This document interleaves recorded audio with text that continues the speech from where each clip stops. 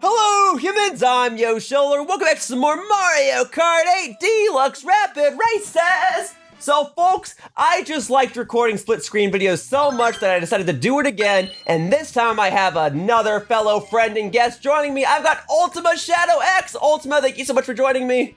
Hey, it's good to be back. I always have fun playing Mario Kart with you. I'm always happy to be here. So this is really cool. I'm excited to try this. Yeah, well, this time it's like you're actually in my room playing it. Yeah, check like this the out. good old days. So you need to pick one of my many me's. Which me do you want? Do you want Tom Hanks? Do you want Charles? Do you want Aku? Oh, you have a good. Oh, swap no Nikki. I have to go swap no Nikki. Okay, that's my friend Ames. Oh, I also have Matt from Wii Boxing. Are you sure? Oh my, there is Matt. There is Matt. There we go. Yeah, you're right. I can't. You're the first he's guest. The champ. As the champ. You're so the first guest right. to use Matt. Thank you. All right. Well, I guess we're just gonna jump straight into it. We're gonna do some worldwide races. We're gonna do some versus races. I like to play as Black Yoshi. You can use whatever you want. Just make sure that you turn off. Oh, you got Gold Mario? I've never used Gold Mario in my life because I'm not good enough at this game. You'd be the first time Gold Mario would appear in my gameplay. Go. Just make sure you press plus to turn off your little remote control thing. There we go. Yeah, there you are. There we go. Turn that off. Well, thank you for picking Gold Mario. Yeah, because the thing is, when I record these split screen videos, I like it when each of my guests use a different character, so it leads to different gameplay. Whereas I'm being a huge hypocrite because I've used Black Yoshi for like 90% of my gameplay videos here. Yeah, but that's your trademark. You gotta. Yeah, I did use Blue Yoshi another time, and I'm hoping that by having split screen here, that will make for a different type of video in case I ever use this as B-roll.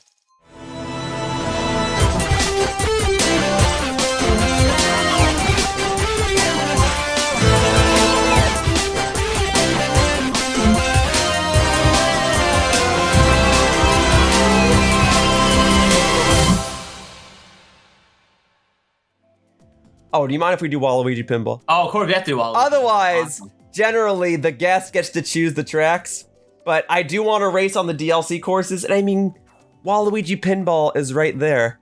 This is a much better group. When I was recording this video with Lythero, no one wanted to pick the DLC courses.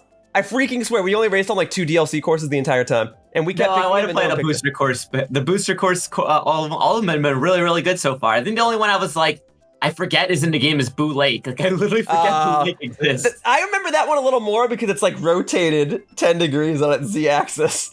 But otherwise, knowing our luck, it's going to go to Tokyo Blur.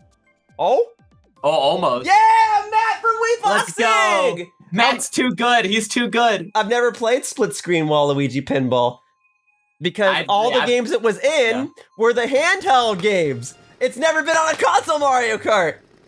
Oh, really? Yeah, I guess that's true. And then I guess this is still a handheld game, too. But you get the idea. Oh, this is going to be fun. You know what messed me up, like, a lot was when the Peach Garden, like, it messed me up because I'm so used to how it played in Wii, because I played it a lot on the Wii version. And then the version this game, like, you go, like, the other direction. It's so weird. Well, I'll tell you what, so, and it's funny, I also mentioned this in the session I did with Lythero. Mario Kart Wii made me dislike DS Peach Gardens. It just felt so boring and lifeless in that game. This game makes me appreciate it a little more because it's a lot more polished, and that last lap really does do wonders. Woo! I'm getting smacked around. And also, golly, don't feel bad if you don't do super well the first couple of races because I know you are playing with input latency, but I trust that you'll grow. See, you already passed me. I trust that you'll grow more comfortable with the controls after you do a race or two. I just gotta figure out what my buttons were, and now I know where my item button is. Yeah, now you're good to go. All right, now I'm good. I have my drift, I have my items, and I understand what to do. I'm not gonna intentionally try to strike you down, but you know, if I have a star and you happen to be in front of me, it's only so much I can do. Oh, don't worry. It's like Among Us, you know, where it's like if you get killed first, it's just a game. It happens. Don't worry about me. You gotta do what you gotta do to win. You're holding up reasonably well, and I respect that. Oof. I always will go for stuff with better handling. Like I just like having more control over my vehicle. Especially as someone who's played 200cc, I just play with the clown car, and which is just all handling, and I can barely handle 200cc, so that's like the only way I can actually play the game. Gotcha. And also, I want to get this out of the way now. I am kind of fighting my controller. My characters really like to go left. So like just a couple seconds ago, like Yoshi was really hugging that left wall. That was not me trying to do that. I was trying to detach Yoshi from that wall. I was trying to be like, no, do not go near that wall. But alas, before people are like, wow, Yoshiller, you're just making up excuses. No, I'm telling you now, like, my character's favor going to the left, which makes sense because I like left because I'm left-handed, but it doesn't mean that's how I want to play all my games. So like I gotta like fight with that, and I only have half the retail space on the screen than I normally do. You know, it's really funny because you saying you're left-handed. I remember, like, a lot of people like their issues with Kid Icarus Uprising were the controls, but I'm left-handed, so like I was like, I don't know, they're fine to me. I don't know. As someone who was left-handed, I'm like, these controls are great. Wait, you're left-handed? Yes, I am. You and I need to like stick together. You and I need to hang out more often. Lefty bros. Yeah, man. Yeah. Now that game, yeah, I played it right-handed, and I use a computer mouse and everything right-handed too. There are just some things that I just do because that's. Oh my god, that hit me right as the Star World. That's crazy. Are you kidding? Like that was like frame 1. Crazy. Anyway, yeah, there are some things that I just do right-handed. I use scissors right-handed. I use my computer mouse right-handed. Obviously I drive an American car, so if I were to drive a stick shift, the stick is on the right side, right? But some things I didn't know had a handedness. So like my high school, we had archery. Oh, do you want to do Peach Gardens or do you want to do something else? Oh, we can. Yeah, sure. Let's do it. My school had, you do like a different sport every month or every couple weeks. So we tried to do archery.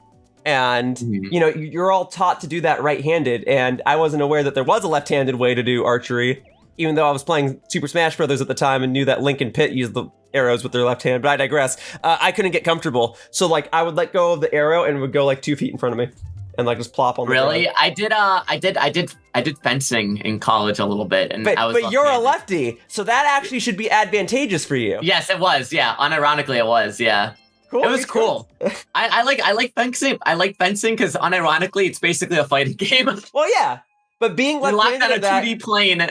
Being left-handed in that is good for you because when you're a righty versus a righty, you're kind of fighting across from each other technically, right? But when you're a lefty, it's like your body is as far away from your opponent as you can be, as long as you're not fighting someone else who's also left-handed. Does that make sense?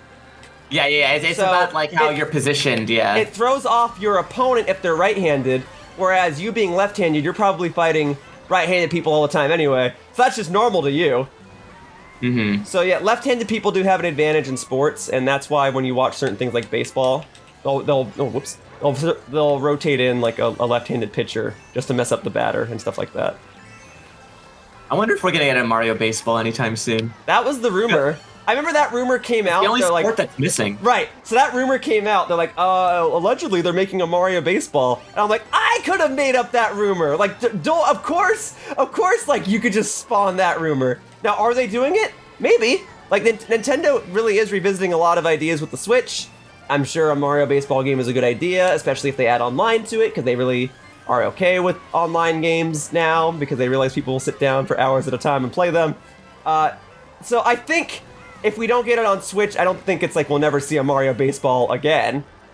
Mm-hmm. But, like, I think it's coming. It's coming.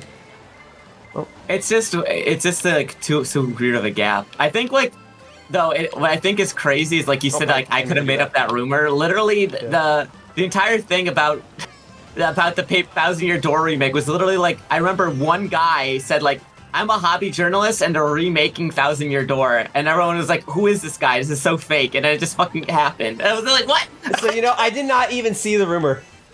I did not even see that. That's I mean, as a journalist, that adds up. As a or at least a somewhat former gaming journalist, I keep an eye on these things. Genuinely did not see that one. Like, yeah, I saw the one about Mario versus Donkey Kong, and even before that, I saw the one about a classic SNES game is going to be remade, and it was Mario RPG. But I did not see the 1,000-Year Door one, and I wish I was recording my reaction. I stopped recording my reaction because I figured it didn't matter.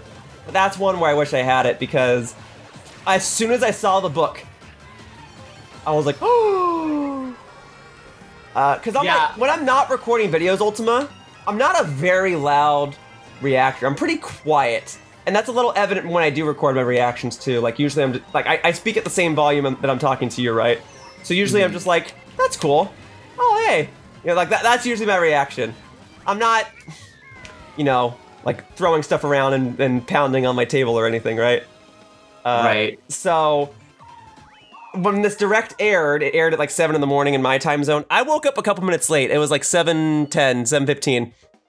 So, you know, I'm just in my bed with my shirt off and I roll over and I'm like, oh, I guess the Nintendo Direct started.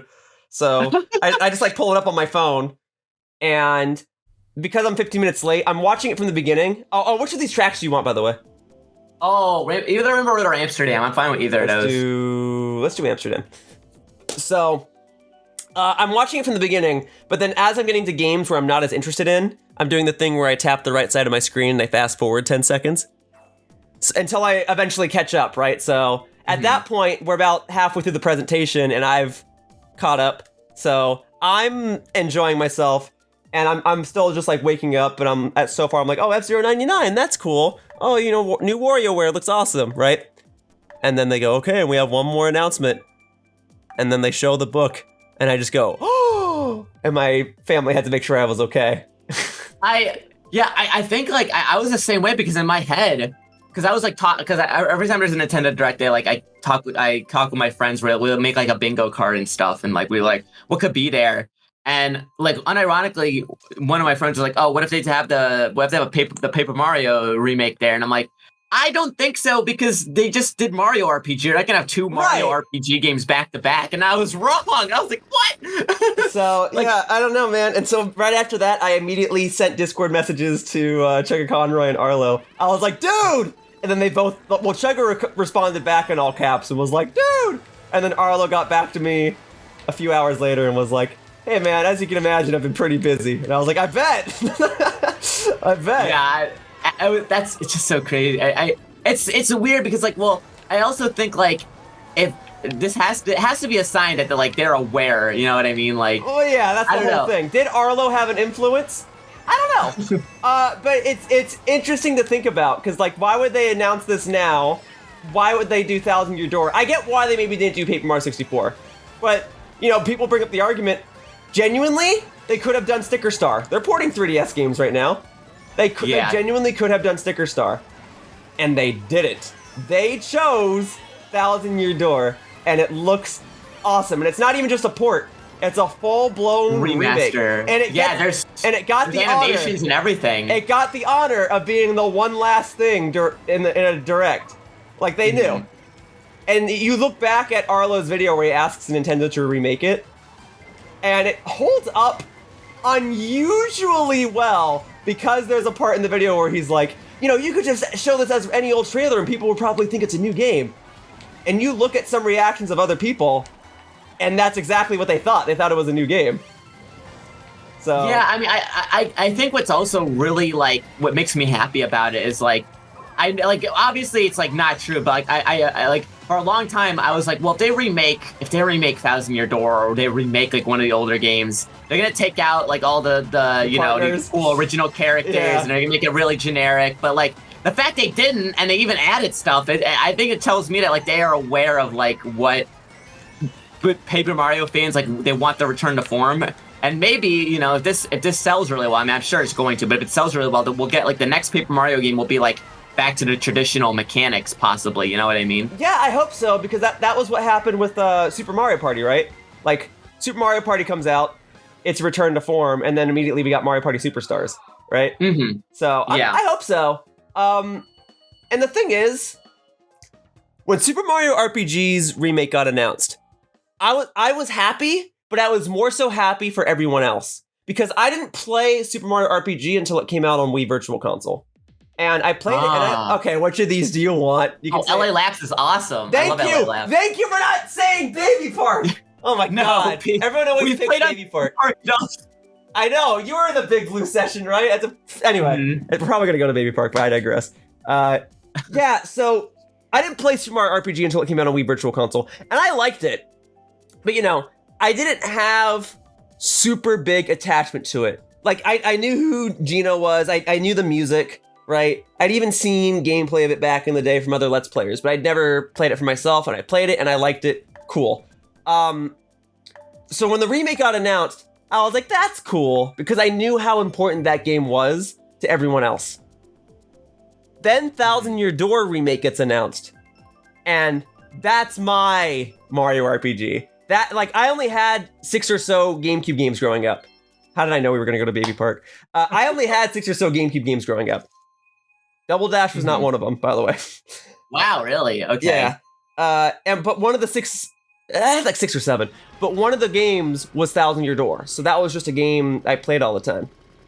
So yeah, and that's the game that gave me my username and everything. So I have a very big soft spot for that game. It's actually funny because, like, in that sense, my Mario RPG isn't either. So, like, I didn't grow up with RPG. Like, I played it way later, like you did. So I don't really have. Were you it's good. I mean, I don't have the attachment to it. Yeah. I am a Mario and Luigi like fanatic, and I think the game that like I played the rest of them. I think like my Mario RPG is Bowser's Inside Story. It's like legitimately one of my favorite games ever. Yeah, one of my favorite games ever. Well, okay. So the first Mario and Luigi game I played was actually Partners in Time. I got Superstar Saga because a friend gave it to me. Like, he gave me his copy because he just didn't want it anymore. And I was like, okay. So it was weird going backwards, but it worked. And then I was following the hype for Bowser's Inside Story before it came out, when it was still just called Mario and Luigi RPG 3. And so I have it in Japanese. But yeah, I absolutely adore that game as well. But while I do adore that game, like Thousand Year Door, like that's the one. Definitely. Like, to put it in perspective, that's the game that gave me my username. That was one of 6 GameCube games that I owned. I wrote and helped edit the completionist episode for it. Oh, that's so cool. And I didn't have Super Paper Mario. I had Sticker Star, but I don't have. I do have Color Splash, don't I? Nintendo gave that to me, but I don't have Origami King. So like, Thousand Year Door is mine. Like I also didn't grow up with Paper Mario 64. I didn't play that until it came out on Virtual Console as well. So like, Thousand Year Door really is my Mario RPG. Which of these would you like, by the way? Oh, all of these are good. Bangkok Rush is pretty cool, though. I like the way you think, because now we're actually getting DLC courses, and every time you're like, let's do the DLC course, and I'm like, yes! Thank you! Because seldom do I ever get to play split screen, and even more so, seldom do I ever get to play split screen DLC courses. And they're the new hotness. So I'm all for that. So thank you, Ultima. Thank you for being such a. I've been loving all these courses. Yeah, I don't know. So they just showed Daisy Cruiser for the last course. Do we know what is there anything you want to like end on? You mean Daisy Circuit? Daisy Circuit from Wii. Sorry, yeah, Daisy Circuit. So we can take some educated guesses, but we don't know for certain because they've actually. We're going to Koopa Cape. Great. Koopa Cape, nice. They've actually psyched us out a little bit. Like, that one wave, well, this wave actually, where we got Koopa Cape and Moonview Highway. Mm-hmm. That's like a change because according to data mining, like it was going to be a GameCube course or something. One of these was going to show up earlier. And Moonview Highway was a complete surprise. Like no one predicted that one. Koopa Cape, I think we knew about though. So anyway, we can take some guesses, but they can always change it, is my point. So, the information we have, do you want me to say it? Yeah, sure, Nami, go ahead. Slight spoilers, I'm not going to say all of them. I'll say 2, okay? All right. And it's based on what's in Mario Kart Tour. So, number 1, I think it's SNES Bowser Castle 3. That was in Wii as well, right? No, that's GBA Bowser Castle. Oh, okay. So this is an SNES one, and in Tour, they like elevated some of the platforms and made it a lot more dynamic. So that's one. That's cool. And then the other, I believe, it's supposed to be either, it's GameCube, it's either Dino Dino Jungle or DK Mountain, because they have the same music. And I believe the song file was found. I think most people would want DK Mountain, and so for that reason, I kind of want Dino Jungle. Well, it makes I love Dino because I just think the dinosaur on it's really cute. The one that looks over the bridge, I really like that dinosaur. It's cute. Sure. I played Double Dash a lot as a kid, so I'm very sentimental about that stupid dinosaur. But I think the one course I really want, because how are you gonna put Funky Kong? You're gonna bring Funky back. You have to have Wii Rainbow Road. Oh, like, so that was rumored. That was rumored. Perfect ending to me. That was rumored, but I think we don't know because Wii Daisy Circuit is there now.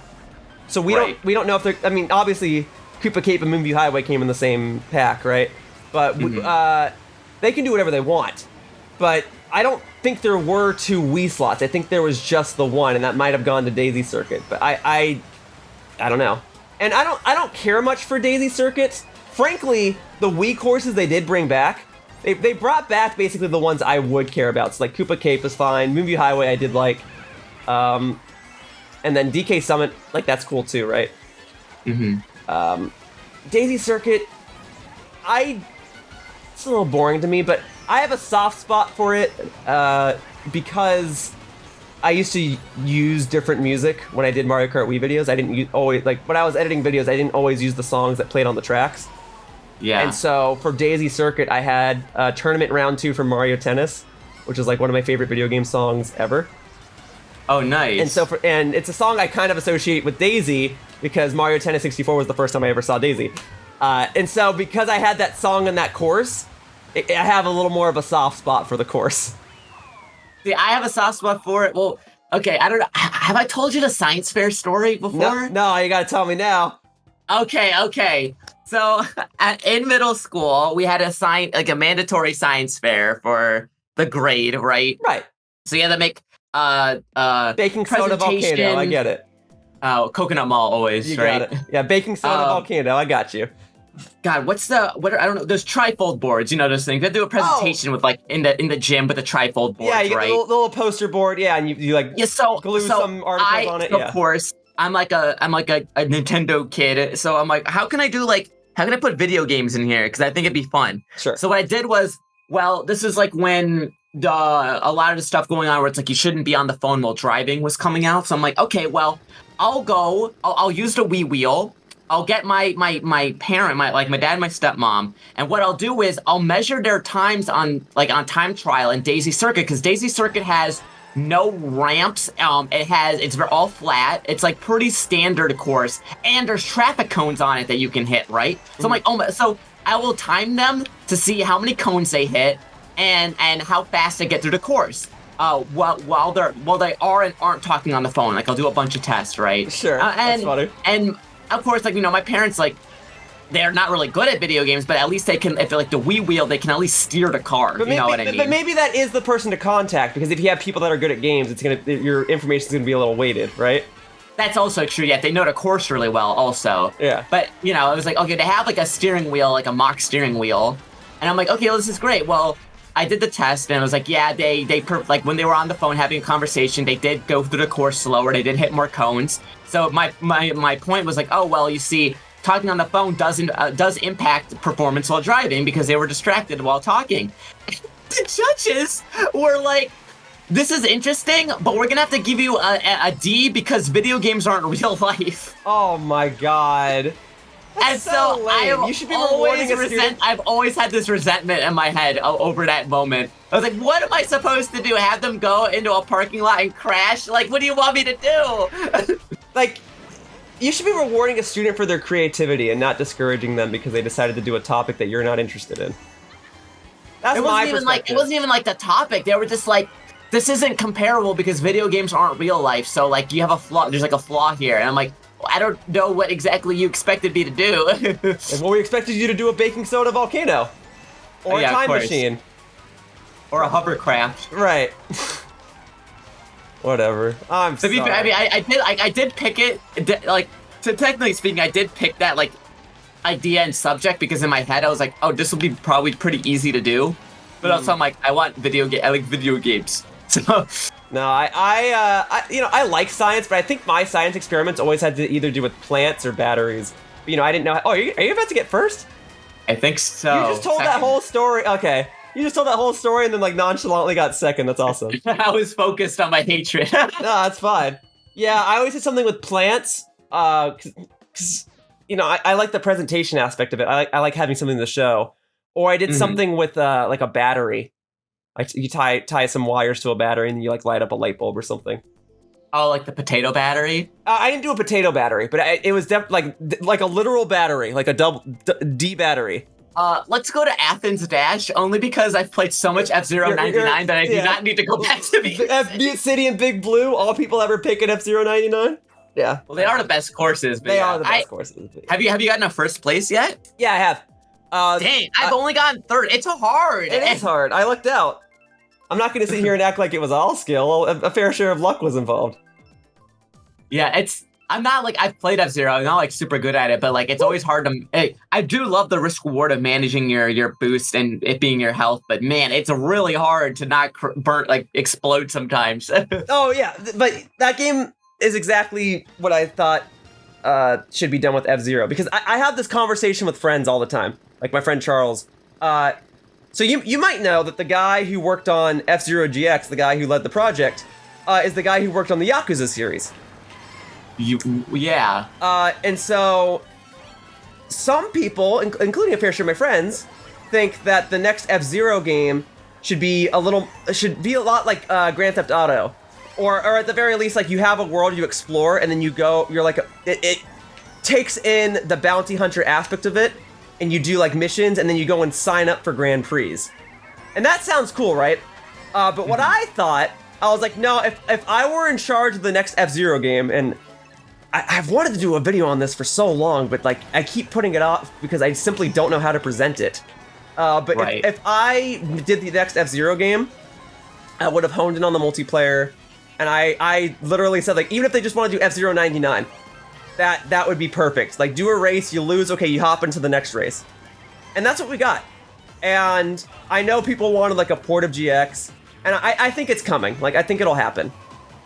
Yeah, absolutely. Like, I was like unironically like shocked, but like I was not only a good idea, but I was shocked at how like fun it is and addicting to try and get a win. But like what I was saying was like I know there were people who were disappointed, but in my head I'm like, Nintendo, I mean, let's be honest, Nintendo knows what they're doing. If they felt like F-Zero would make them a ton of money, they would have made a new F-Zero by now. Well, yeah, so to me in my head, this is like they want to test the waters to see if like the F-Zero brand is still strong enough, and if all the people who want like a new one actually exist.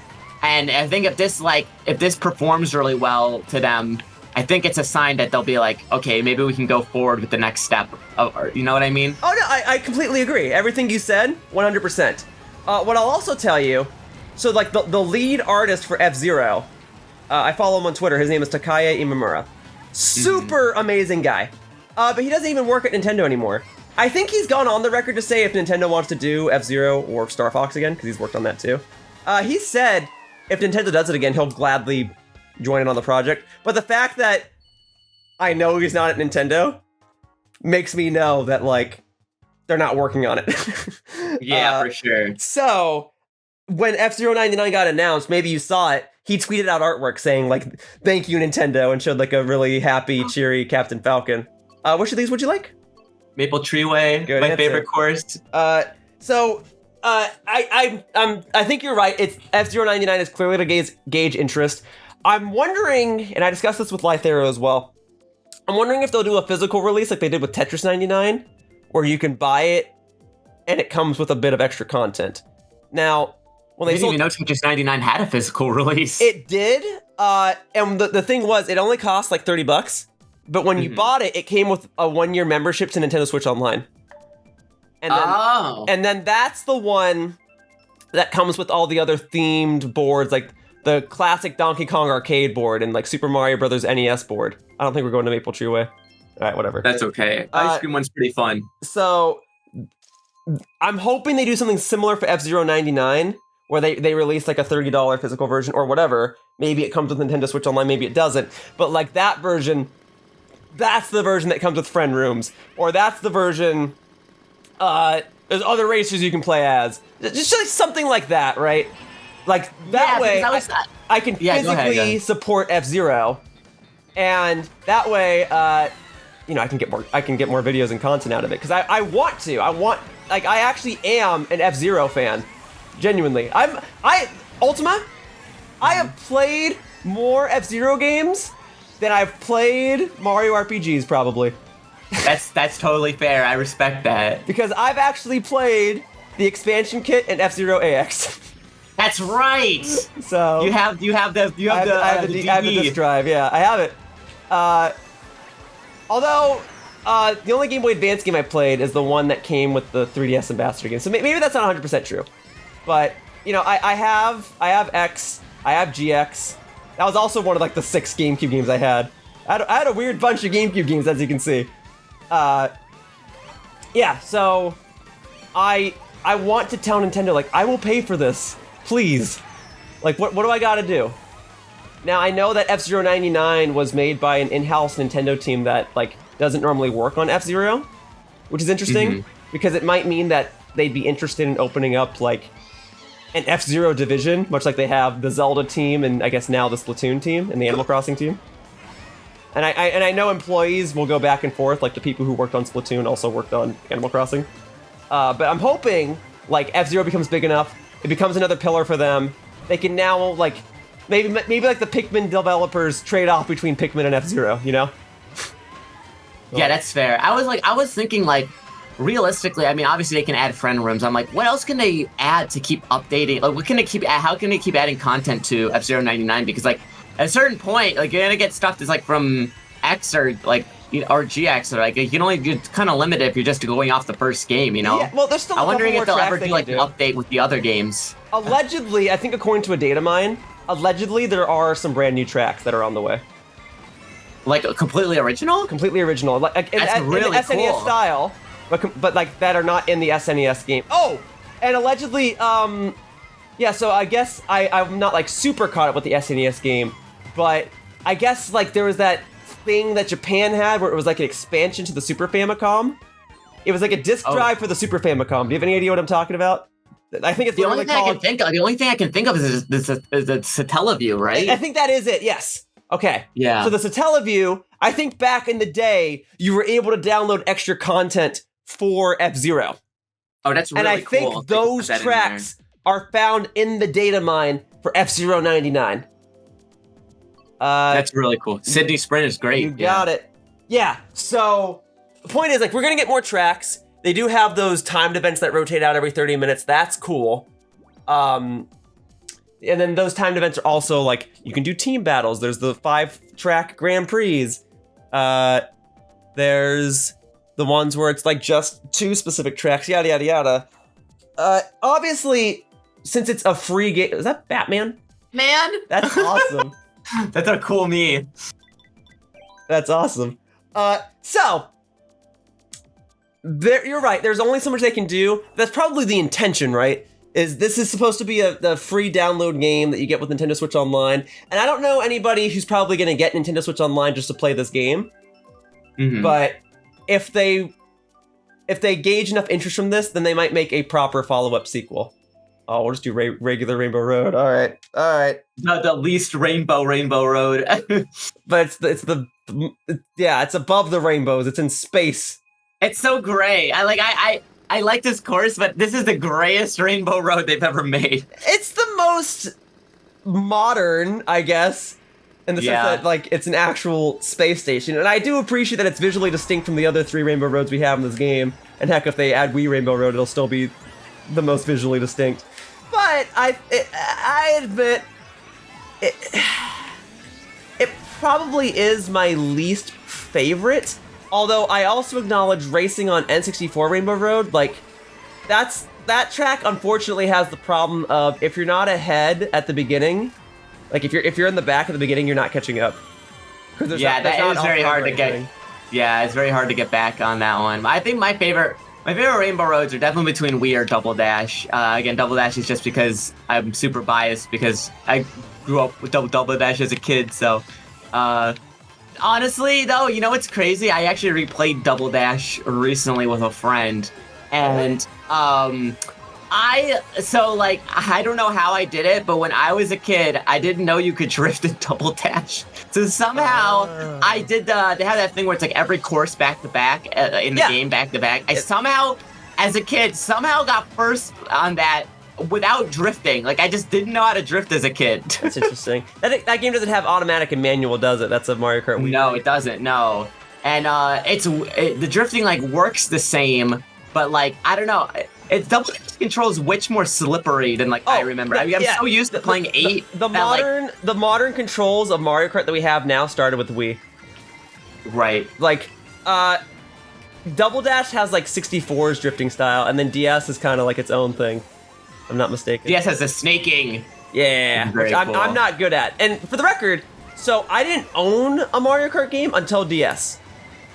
Okay. And I guess, like, for the first month of me playing that game, I didn't know how to drift either. So, like, I was able to do 50cc and, like, win all those fine, but I was, like, beyond that, I was struggling. And then it wasn't until I played mission mode, I think it's, like, the last mission of the level 1 difficulty. It says, like, get 9 mini turbo boosts or something like that. I'm like, what does that mean? I don't understand what that means. And, you know, this is, like, 2005. I'm not looking up YouTube videos. At most, I got game FAQs, and it's all text. So, like, I don't know what anyone's talking about. And then finally, like, after enough mashing, I was like, oh. I think, oh my god, for me, I remember, I love telling this story. When I was a kid, because I played a lot of Pokemon, as everyone did. But there were so many things in Pokemon that, like, just sort of, like, aren't inherently explained if you think about it. So, like, for me, you know, like, Growl lowers your attack, right? Yes. But it doesn't say for how long or when. So as a kid, if I got hit with Growl too much, I, like, reset because I was like, oh no, my attack is permanently lowered. Like my stats are permanently down because it doesn't explain that it was only for, like, when the Pokemon is switched in, you know? Okay. So I'll give you 2 that are like that, okay? Mm-hmm. I'll give you 2 that are like that. So growing up, I played Pokemon Gold and Pokemon Red simultaneously. I used to use them both to learn how to read. And I've said this like a dozen times over the course of my videos, but I'll repeat information in case there's a new viewer here. So I used the original Pokemon games to learn how to read. Or to help me learn how to read. Like, I didn't use them solely, right? Like, I was still going to school and everything. But I would go home, and then I would read the dialogue in Pokemon Red and Pokemon Gold out loud to better learn how to read. Oh, really cute. So, because I was playing them both simultaneously, though, I would play Pokemon Gold, and I unlocked Kanto. And also, for the longest time, I was stuck in Pokemon Red because I didn't learn how to read. I didn't know, like, how to cut down the tree in Vermilion City for the longest time. Whereas in Pokemon Gold, to cut down a tree, once you teach a Pokemon cut, you can just walk up and press A, right? You don't have to pop open the menu, select the Pokemon, and then select cut, you know what I mean? Right. Anyway, so I bring all this up because there were plenty of times where I would be playing both games simultaneously, and once I unlocked Kanto and Pokemon Gold, I would be like, where's my character from Red? Like, I saved right here in Pokemon Red, and my character should be standing right here, but when I play Pokemon Gold, my character's not standing here. Oh, right. Okay, that's really good. And then the other one, what was the other one I was going to say? I'm trying to remember. I had another embarrassing story. I'll probably remember it later. But for now, I got to maneuver through all this cheese. Okay. Oh, I used to... Okay. So, when I would try to catch Pokemon, this is like when I'm first just playing Pokemon Red, and I'm like in Viridian Forest, I thought KOing Caterpie or Metapod and whatever made it more probable to get Pikachu to show up. So I would be slaughtering the forest. Yeah, because I was like, I've KO'd so many Caterpie. Why can't I finally find the Pikachu? Pikachu only had like a 5% chance of showing up in Viridian Forest. So I thought that's what I had to do, was to like increase the odds by killing all the other Pokemon. I knew like it was an infinite amount, but I thought that it would increase the odds, like a set number of Pokemon loaded at a time, you know? Oh, that is such kid logic, though. I love that. I love that. Yeah, it makes perfect sense. If I get rid of all of them, they won't be here. But I also had the kid logic of when I played certain games, if I couldn't beat a level, I was like, oh, it must just be impossible then. It must just be it must just be like one of those games that can't be beaten. Yeah, because I used to hear stories about that.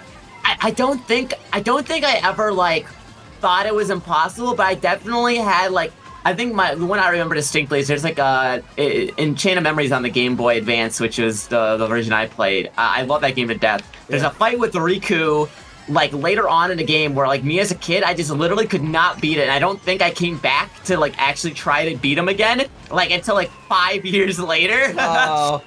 I like came back to it like super like, so I was like, I can't do this, it's impossible. And then I just remembered that I never beat him, and then I came back like 5 years later.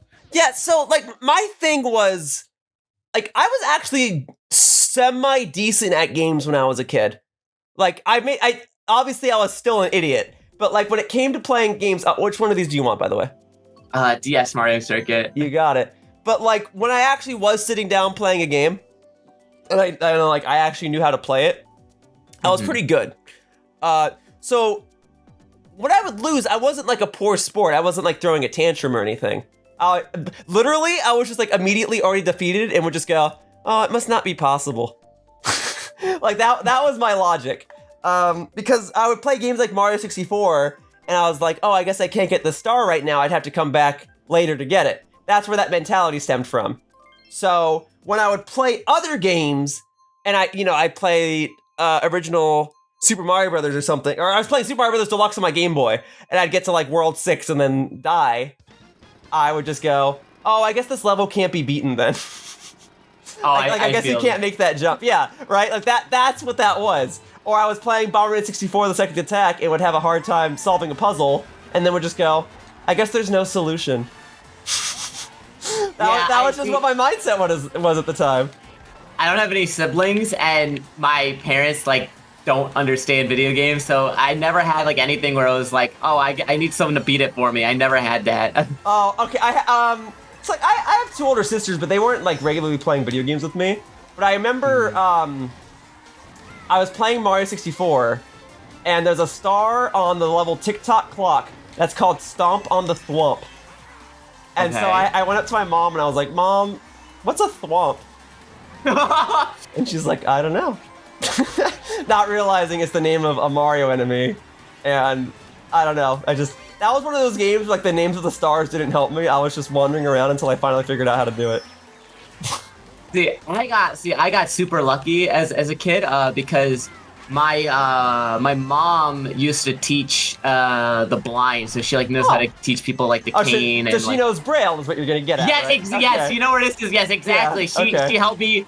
I was like, I don't understand what this is about for the Regite quest, and she literally still had like a little book, like a little book that had like the Braille translation. Now, granted, I'm pretty sure the instruction manual of Emerald had the Braille on the back. Yeah, it did, because I was in elementary school when those games came out. I was probably like in 5th grade or so, and someone at our school like had the book, so we would have like silent reading on different days, and so during that time, like different students would rent out that book, and then we would like copy down that page like in our notes. Oh, that's so funny. Like I remember you're just copying down a bunch of dots, and then you look at your notes for yourself, and then you try to solve the Reggie puzzle, and you're like, is that an L or a C? And stuff like that. I never brought like any of my consoles or anything to school. I was always too scared of something happening. It depended. Like DS, I definitely brought to school. Like I have many memories of playing wireless play with friends at school. 3DS came out when at that point I was in high school. I must have brought it, but I used it to play DS games because I remember being done with my final and playing Tetris DS multiplayer with another student in the classroom. But by the time Switch came out, I wasn't really in school anymore. Which of these would you like, by the way? Did we do Rainbow Road already? Not 3DS Rainbow Road. Okay, not 3DS. Okay, sure. And we'll do like 2 more races, by the way. Cool. Yeah, so I definitely brought my DS to school because I definitely recall doing Super Mario 64 DS multiplayer, Tetris DS multiplayer, and Mario Kart DS. And I must have traded Pokemon or something too. We never really did much with the link cable. My generation was kind of past that. 3DS, yeah, I definitely recall street passing, especially when I was in college. And then by the time the Switch came out, like, I was working for Gerard and stuff, so my Switch usually stayed home. And I still get nervous bringing my Switch with me to conventions, because if I lose it, I'm out of work for a bit. Yeah. Oh, I'm trying to think. Like, yeah, I never really used a link cable. The first thing I remember using was I always shaded Pokemon with the Fire Red Leaf Green IR device. Yeah, the wireless one. Yeah, the wireless one. I did that too. That's true. Yes. Okay, I definitely did that. And then I don't really think I brought my DS or anything to school, but definitely when I was in college, I brought my 3DS to campus so I could street pass people. And I remember spending a lot of time when the Smash for 3DS demo came out. All my time between classes was spent playing that demo. There you go. Oop, I got a draft at a bad time. Yeah. So like Smash 3DS came out like basically right when I started my second year of college. If I... Oh, okay, I'm like not drifting super well.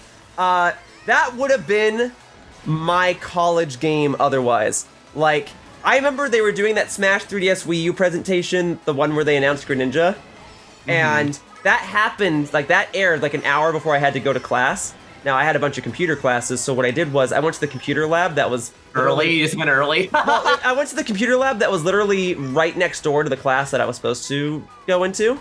And so I was like, okay, you know, like I'll rent a computer here, I'll watch the presentation, then I'll run over to class, right? And then, you know, I was gonna miss the last 10 minutes of the presentation to go to class. So I run over to class like with 1 minute before class starts. And it's already on, like the teacher has the presentation on a projector and is watching it with the class. Yeah. That's so cool. So like the first 10 minutes of class, we were just watching the presentation, so we all got to watch Greninja get announced together. And I remember it was like, yes, people thought it was Mewtwo. But I remember it was also like a lot of, all right, like a Pokemon, like, okay, fine. Like that type of thing. It was more just like, okay. That's cool. That's really cool. Actually, I remember I almost like so when 3D Smash for 3DS like launched, it was like in October. I remember like okay, my plan was I'll go to my class, then I'm gonna drive to the GameStop where I pre-ordered it and grab my copy, and then like during my lunch hours, I had some downtime between my next class, and then I'll come back, finish my class, and go play it. So I finished my class. I rush to my car. I go drive to the GameStop. It was like I think the GameStop was like 20 minutes away from my campus because it was kind of close to where I was living at the time. All right. And so I rush there, I grab it, and then I'm going back on the highway back towards campus, and like there's a lot of traffic, and like so I'm like not really like rushing, but I'm just like sort of stop go, and I'm trying to finally get my way back onto the exit ramp to get back to campus, and like Sherbet Land. I love Sherbet Land. You got it. So like I'm trying to merge to get to the ramp to get to my campus, and like there's a giant truck on the left and a giant truck on the right, and I'm in the middle, and they literally are about to go merge onto me. Like I almost like died and trying to get smashed 3DS, but it was worth it. It was worth it.